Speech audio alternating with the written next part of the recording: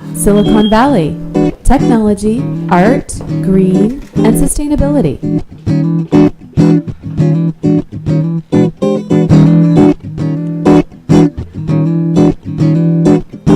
Nervous? No.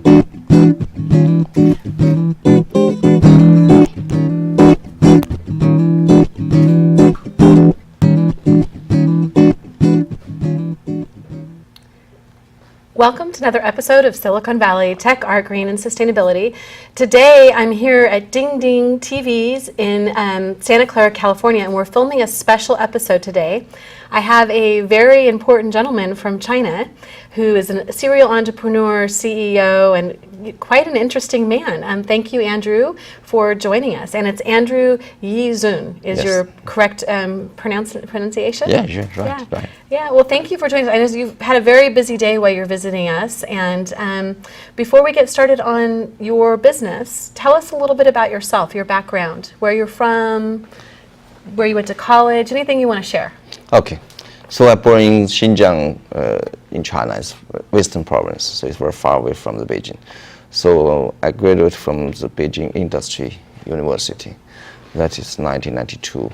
Then I go to Canton to work for the state-owned company. It's about 6 years. And Then is this after college or? after college, yes. After college. And Yes. you went to college, It's 1988. but here in the U.S. or? No, in China. In I China. never studied overseas. Oh, I thought you did. Okay, I thought we said Alabama. Yeah. Okay, so and then so you went somewhere to start another business then, or you worked in the industry?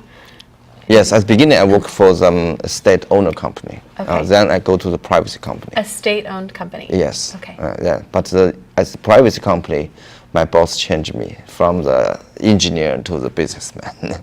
So that's, for me, it's a revolution. So your background was engineering. Yes. Yeah. Yes. So then I began to quit my business. It's because I lost job. So the first time when I lost job, I go to the privacy company. Then I study in the MBA, business school. Then the second time when I lost job, I quit my company.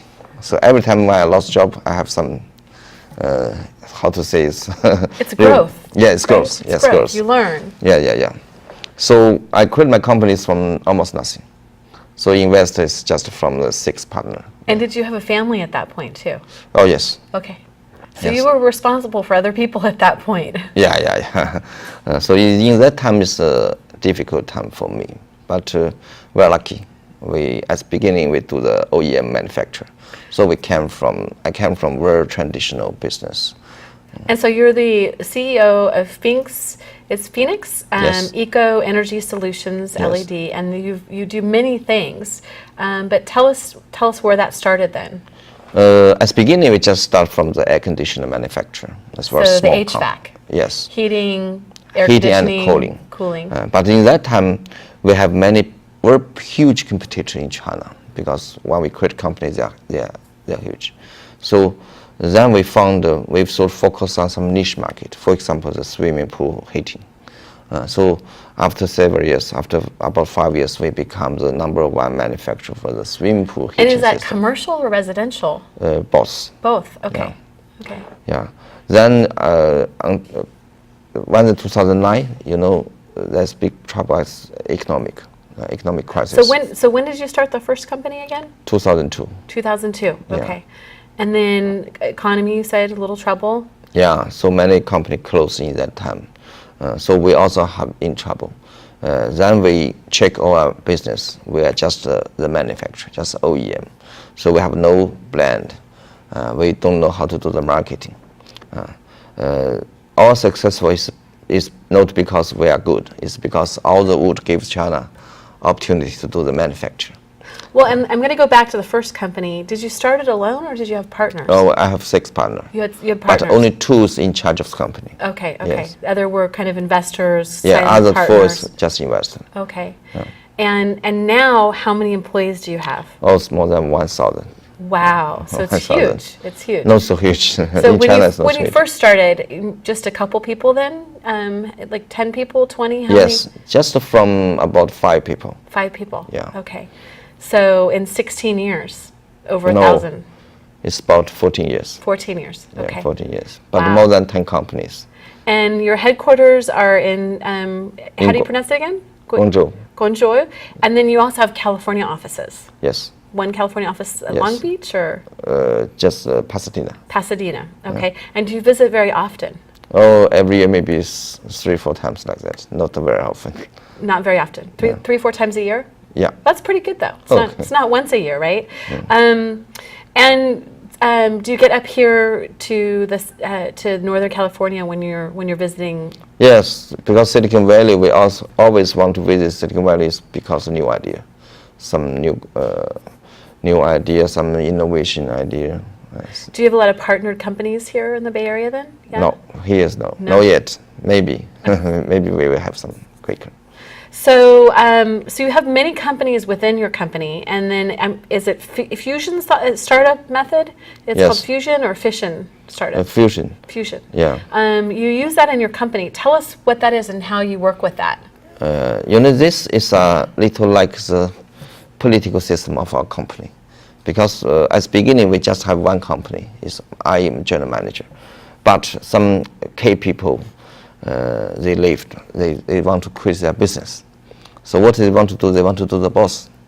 I'm very sad about this because they are so important person. They can quit some new business. So what I want to do is I want to change your company because the employee, if they can quit new business, that means you cannot just only use salary to keep them stay in the company. You must give them some opportunity to quit their business. And to grow. Yes, yes. So I catch the opportunity in 2005. We have some new business. But before, if we have new business, we just do it. But this time I want to use this new business to create a new company. Then we ask some good employee become the new owner for the company. So the first project is quite successful. And what was the first one? The first one we do the exchanger. Exchanges were key points for the swimming pool heat pump. Because that business for us in 2005 is just new business.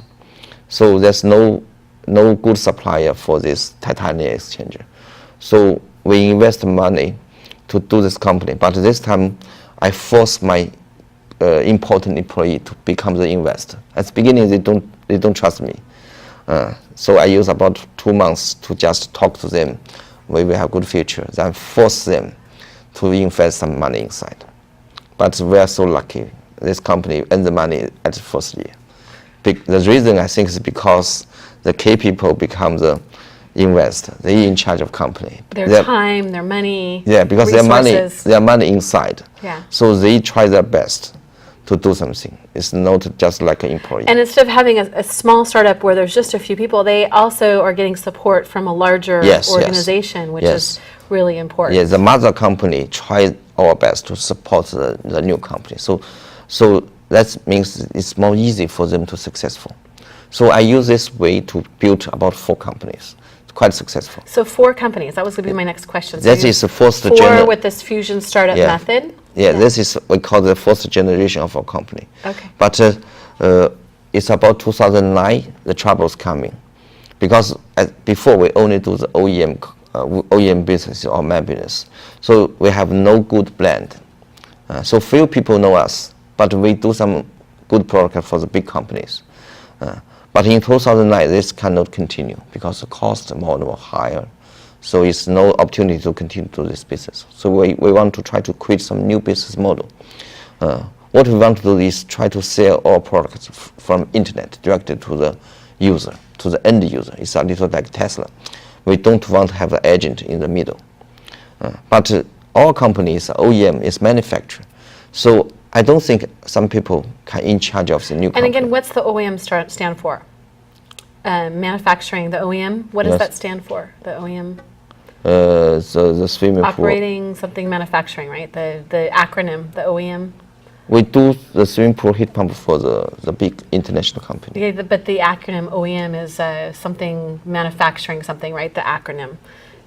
Anyway, going on to the environmental consciousness of what you do. You have a shirt on right here, and you're doing this, we'll talk about this in a minute, the 80 Days Challenge. You helped bring charging stations to China, Oh, right? yes. Yes, it's another story. Tesla was interested in bringing cars, but there was no charging stations. So tell us a little bit about that. You paid them a certain amount, and then what did you do?